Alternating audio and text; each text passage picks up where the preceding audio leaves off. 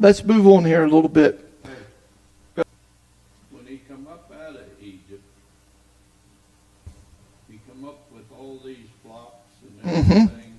Abram was very rich in cattle and silver and in gold. Why did the Egyptians give him all that? Favor. That's the only answer. And I believe it's like this.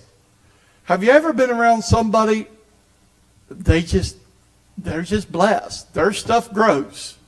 Well, when you go back and it starts, it said, with him being he said that she was his sister, okay? They give a dowry for her. Oh yeah, there was some. There was a right big dowry that they give for her. And he just let him go with it. Well, normally, when someone lies to you, what do? You smack them. Yeah. You get your money. But I believe that the plagues and stuff that they put on because so they could have Sarah if he claimed her as his wife. I believe that's the point. I think God told him that. I think there was a precedent. Moment to today.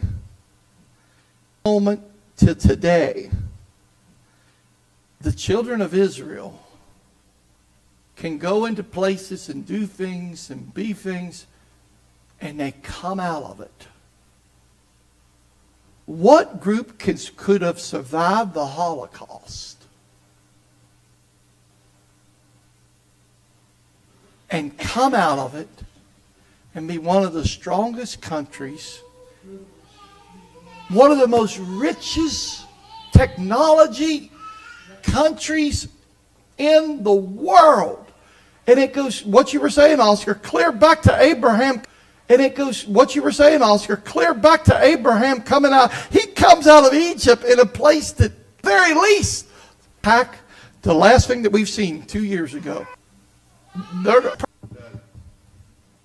When Israel was dispersed throughout all the nations, they have done nothing but grow, the Jewish people. They have nothing but grow.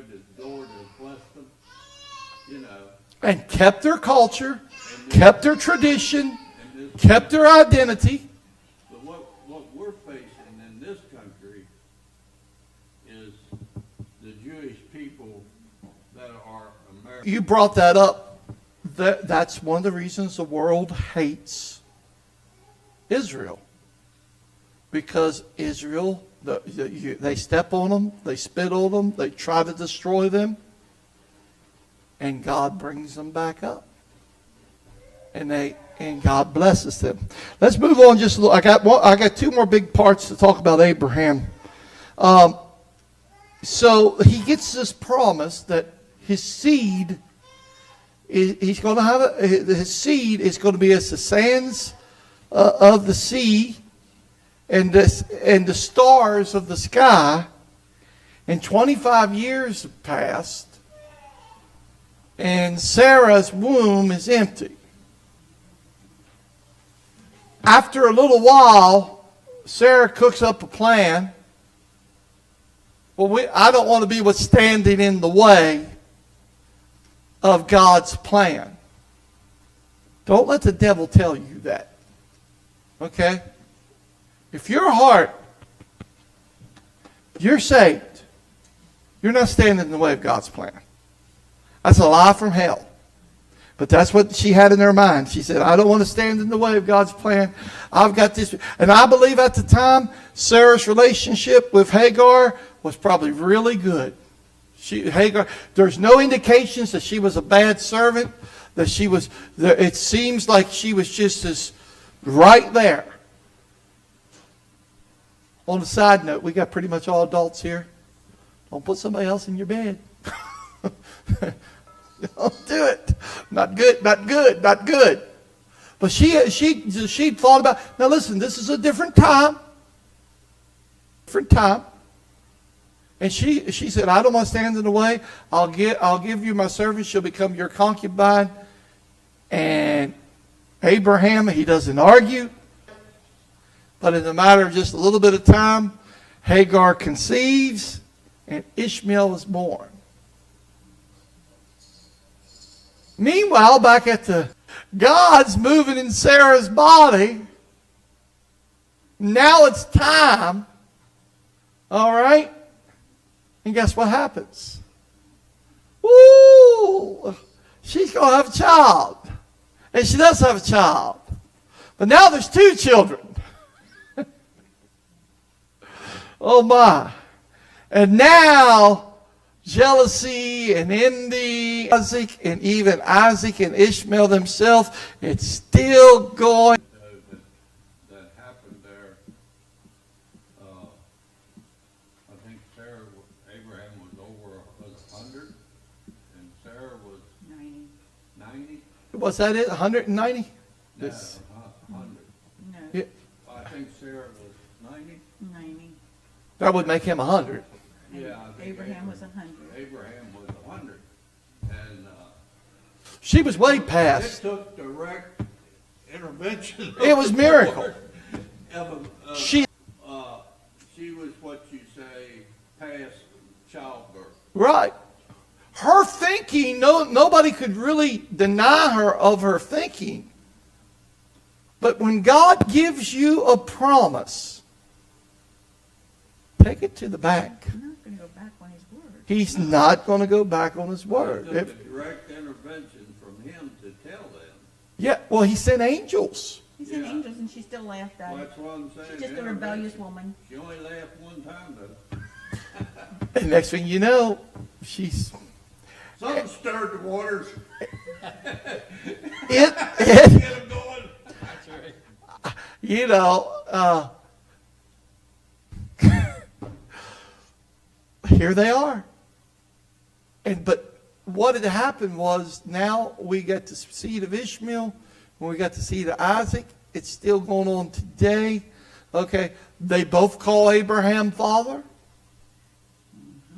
Okay, there is a huge difference between the seed of Ishmael and the seed of Isaac. I love his son.